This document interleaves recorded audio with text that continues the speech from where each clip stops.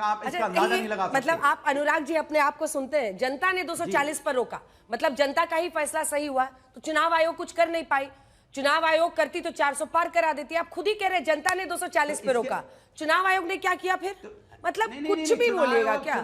नहीं, आपातकाल हमारे लिए, आपके लिए, देश के लिए लोकतंत्र का काला अध्याय है, लेकिन कांग्रेस के लिए, गांधी परिवार के लिए ये बिल्कुल स्वर्णिम काल था, और इसलिए ना उनको इस पे कभी अफसोस होता है, ना उन्होंने इसके लिए कभी माफी मांगी। आज ये जानना बहुत जरूरी है आने वाली पीढ़ियों को और वर्तमान पीढ़ी को कि इमरजेंसी थी क्या भाई। 93 बार कांग्रेस सरकारों ने अभी तक धारा 356 का उपयोग किया, सरकारें गिराई, स्टेट्स में गिराई, और एक बार धारा 352 का उपयोग किया जिसमें इमरजेंसी लगी। क्या था इमरजेंसी? आज जिस तरह से अंजना ओम कश्यप बैठ के बात कर रही हैं, ये इमरजेंसी में अलाउड नहीं था। आज जिस तरह से पेपर में एडिटोरियल निकलते हैं और पेपर में सारे खबर मिलते हैं, ये इमरजेंसी में अलाउड नहीं था। इमरजेंसी जब लगी 25 जून को, तो 27 जून की सुबह में सारा एडिटोरियल इस देश का ब्लैंक था। ये विरोध में था, प्रोटेस्ट किया गया था। इसी दिल्ली के बहादुर शाह जफर बाग में सारे न्यूज़पेपर्स की बिजली की रातों रात काट दी गई थी। मीसा का कानून लगा कि 1 लाख लोगों को अरेस्ट कर लिया गया था। आर्टिकल 19 को निरस्त कर दिया गया था, आपके फंडामेंटल राइट्स नहीं थे। अगर इमरजेंसी के दौरान किसी को गोली मार दी जाती थी तो वो न्यायालय भी नहीं जा सकता था। इसको संविधान बचाना कहते हैं। आज भी क्या हो रहा है? कांग्रेस वही है, मानसिकता वही है, कार्य भी अजय जी जहां राज्यों में है, वहां पे अधिकारों का दमन। नमस्कार दोस्तों, स्वागत है आप सभी लोगों का एक और नए डिबेट रिव्यू वीडियो में। इंट्रो देख के आप लोग समझ चुके होंगे आज की वीडियो होने वाले हैं समाजवादी के प्रवक्ता अनुराग, बीजेपी के प्रवक्ता अजय लोक एंड कांग्रेसी प्रवक्ता अभय दुबे के बीच, जहाँ पे दोस्तों इमरजेंसी को इंडिया का काला कानून के नाम से जानते हैं। लेकिन जब ये डिबेट हो रहा तब भी कांग्रेसी प्रवक्ता एंड इसको डिफेंस करने में लगे हुए हैं, क्योंकि दोस्तों इन चमचों की एक सिंपल एजेंडा है कि जितना हो सके जनता का जो है बेवकूफ बनाया जा सके। और हाँ दोस्तों, याद रखना आपकी एक से यार, यानी कि एक चमचों के मुंह पे तमाचा। और दोस्तों वीडियो पे हाइप कर देना, अगर आप लोग हाइप करते हो तो ये वीडियो हर एक सनातन भाई के पास पहुंच जाएगा। तो चलिए दोस्तों शुरू करते हैं वीडियो। पिक्चर चालू करो बे। पर वो ये कहते हैं कि सारी देश की जो संस्थाएं हैं उस पर इस वक्त आपका अघोषित इमरजेंसी लागू है। इस पर आपका क्या जवाब है? वो तो हर संस्था पर कहते हैं कि आपका घोषित इमरजेंसी है, चाहे वो देश की अदालतें हो, चाहे चुनाव आयोग हो, हर जगह उनका ये सीधा आरोप है। देखिए, लोकतांत्रिक मूल्यों को कभी नहीं माना इस परिवार ने। मैं एक उदाहरण स्वरूप आपको दे रहा हूं। जवाहरलाल नेहरू की किताब में डिस्कवरी ऑफ इंडिया में उन्होंने खुद कहा कि इंदिरा के इंसिस्टेंस में 1959 पे कम्युनिस्ट की केरला की सरकार हमने गिराई। ये थी तानाशाही प्रवृत्ति। इंदिरा गांधी 50 बार लागू कर चुकी हैं धारा 356। अब इंदिरा गांधी के कैबिनेट में आइए। इंदिरा गांधी की जो कैबिनेट थी तो सुपर पीएम थे संजय गांधी, एक मामूली सांसद होकर बिना किसी कॉन्स्टिट्यूशनल पद पे बैठे हुए सरकार की तमाम नीति वही बनाते थे। ये था ये। अब इस जनरेशन पे आइए, राहुल गांधी, कोई पद नहीं, एक नॉर्मल सांसद, लेकिन पावर इतना कि कैबिनेट से अनुमोदित प्रधानमंत्री द्वारा पारित अध्यादेश के टुकड़े कर सकते हैं। मनमोहन सिंह पीएम, लेकिन उनके ऊपर super PM, national advisory council, Sonia Gandhi, सारी नीतियां वही बनाती थी। तो इस परिवार के अंदर में ये परिवारवाद और व्यक्तिवाद का ऐसा जहर घुला हुआ है। ये पीढ़ी दर पीढ़ी आ रहा है। मैंने 3 पीढ़ियां आपको गिनाई और तीनों पीढ़ी के सबूत हैं सामने। तो इससे साफ समझ में आता है कि ये संविधान को कितना मानते हैं और संविधान को कितना इज्जत करते हैं। अभय जी, क्या किसी को फाड़ना, क्या अध्यादेश फाड़ना? बात तो सही है। संविधान की इज्जत करना है क्या? एक मिनट, 10 सेकंड और 10 सेकंड। क्या सुप्रीम कोर्ट के चीफ जस्टिस अंजना जी, महाभियोग लाना संविधान की इज्जत करना है? लगातार संवैधानिक संस्थाओं का मिसयूज इन्होंने किया चीफ जस्टिस की नियुक्ति में। ये इनका काम है, ये हमारा काम नहीं है। लगातार जस्टिसों पे महाभियोग लगाना, कमिटेड जुडिशरी इनको हमेशा चाहिए थी, आज भी यही करते हैं। ये संविधान का मतलब इनके लिए खटाखट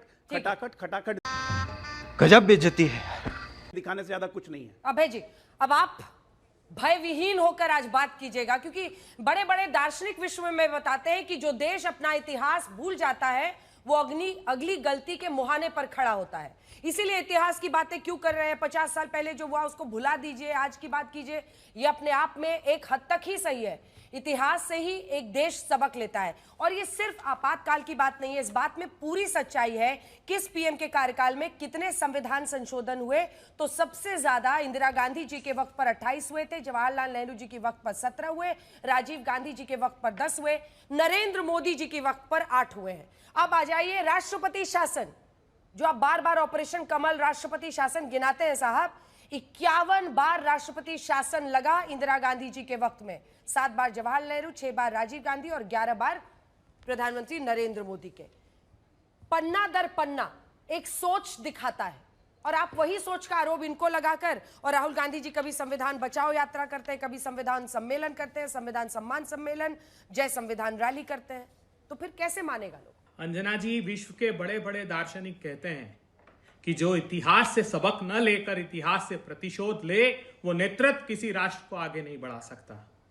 हाँ, बिल्कुल प्रजातंत्र को किसी सूरत में स्थगित नहीं किया जाना चाहिए, ये मैं मानता हूं, लेकिन आज की पीढ़ी इस बात के लिए आश्वस्त है कि 25 जून 1975 को जो आपातकाल 2 साल के लिए लगाया, 40 वर्षों तक उस घोषणा ने इस देश के प्रजातंत्र की रक्षा की।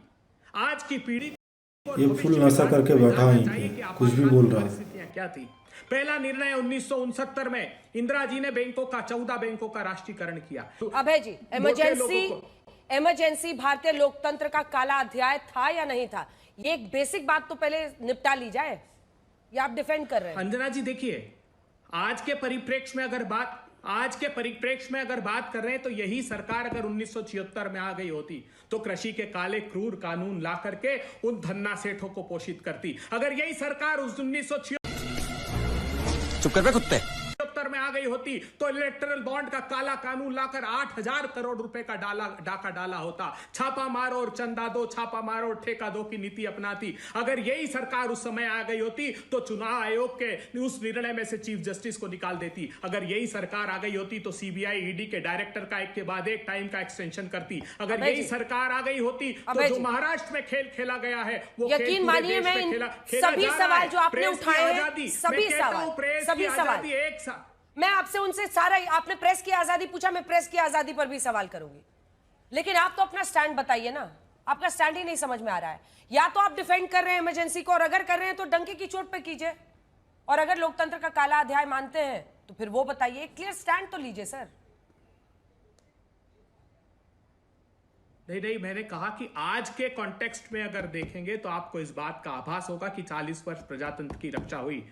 मैं बस इतना याद दिलाता हूं कि 1971 के पूर्ण बहुमत की सरकार बनाने के बाद इंदिरा गांधी पे मुकदमा हुआ था कि सरकारी संसाधनों का पीपल ऑफ रिप्रेजेंटेशन एक्ट 1952 के तहत उन्होंने मिसउपयोग किया, जो कि साबित हुआ। इसलिए उनकी सदस्यता रद्द हुई 12 जून को, और इसीलिए 25 जून को उन्होंने अपनी सत्ता और अपने परिवार को बचाने के लिए इमरजेंसी लगाया। झूठे तत्वों को मत रखिए यहाँ पर। अरविंद जी, क्या ये एक सियासी मूव नहीं है? संविधान हत्या दिवस, mister Dubey please wait sir, please. Anurag ji, यही आरोप आज लगाया जा रहा है कि संविधान का कत्ल कर रहे हैं, संस्थाओं पर कब्जा कर रहे हैं, लेकिन आपातकाल तो एक ऐसा घोषित काला अध्याय था जब 21 महीने तक काले अंधेरे में लोकतंत्र को बंदी बना लिया गया था, और वो इतिहास क्यों भूले?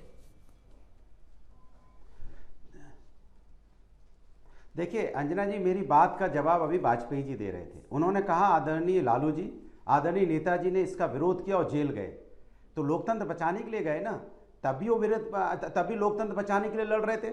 तो आज अगर हम कोई बात कहते हैं तो आज भी हम लोकतंत्र बचाने के लिए कहते हैं ना, तो ये तो बात मानोगे ना। 50 साल में पीढ़ियां बदल जाती हैं, लेकिन आपको वर्तमान का काम ना गिनाना पड़े, इसलिए आप लगातार एक शब्द लेके आते हो इमरजेंसी। बिल्कुल इमरजेंसी खराब थी, हमने इसका विरोध किया था, लेकिन आज क्या है, किस तरह से आप खाली अभी आप बता रहे थे 1984 के दंगे में, तो क्या आप आज जो हमारे आंदोलन जब खड़े होता है यहाँ किसान, तो आप खालिस्तानी नहीं बोलते उसको? तो क्या फर्क है आप में उसमें? आप आज भी तो खालिस्तानी बोलते हो। आज भी तो किसान को धरने पे बैठना पड़ा ना अपना अधिकार यहाँ मांगने के लिए। आज क्या हालत है संस्थाओं की, आप देख लीजिए। जो सरकारी संस्थाओं पे कितना कब्जा है, किसी को छिपाने की जरूरत नहीं है। सोशल मीडिया पे आपने कानून बना दिया, कोई कुछ कहेगा एफआईआर करके आप जेल में डाल देते हो। भ्रष्टाचार में तो आप देख ही रहे हो, तो आप में उनमें अंतर क्या रह गया? आज भी देखो हम आवाज उठाते हैं कि पहलगांव की घटना हुई, 4 आतंकी कहां है, पूछेंगे आपसे। और आपसे विशेष सत्र की मांग की थी, क्या आपने विशेष सत्र लेके आए? नहीं लेके आए ना। तो ये आघोषित आपातकाल है कि नहीं है? भाई कोई मांग अगर विपक्ष करता है पार्लियामेंट से, आज भी तो 140 सांसदों को पार्लियामेंट से निलंबित करके कानून पास करते हो, तो ये संसदीय परंपरा का मान रख रहे हो क्या? मैं आपसे पूछना चाहता हूं। जब कोई आवाज उठती है कहीं भी, तो जिम्मेदारी आपकी बनती है ना कि आप उसका जवाब दीजिए। ये थोड़ी एक बात आपने रट ली है कि नहीं हम वो आपातकाल था 50 साल पहले लगा था, तो हम तो कहते हैं उसके लिए हम लड़े भी थे। आप कितना लड़े थे मुझे पता नहीं, बीजेपी कितना लड़ी थी मुझे पता नहीं, लेकिन आज भारतीय जनता पार्टी वही कांग्रेस के पद चिन्हों पर चलना चाहती है। आज वही कांग्रेस का रवैया उसने अपना रखा है कि हर सरकारी तंत्र का दुरुपयोग करना, चुनाव आप जिस तरह से चुनाव होता है, चुनाव आयोग के निष्पक्षता पे बार बार प्रश्न चिन्ह उठ रहा है। अगर चुनाव आयोग की निष्पक्षता पे प्रश्न चिन्ह उठ रहा है तो क्या जिम्मेदारी नहीं होती है कि इसको सुधारा जाना चाहिए? लेकिन आप उस पर मानने को तैयार नहीं होते हो। सवाल है कि आप वही कर रहे हो जो कांग्रेस ने 1971 में किया था। उन्होंने लगाया था और आप बिना लगाए सारी संस्थाओं का दुरुपयोग कर रहे हो और फिर आके यहाँ चिल्ला रहे हो। तो आप अपने पासवान जी को शायद उनसे पूछ लेते, वो भी तो इसके खिलाफ लड़ रहे थे ना, कांग्रेस के खिलाफ। अरे पर चुनाव आयोग की निष्पक्षता ही थी ना कि अनुराग जी आपकी पार्टी की परफॉर्मेंस इतनी अच्छी रही।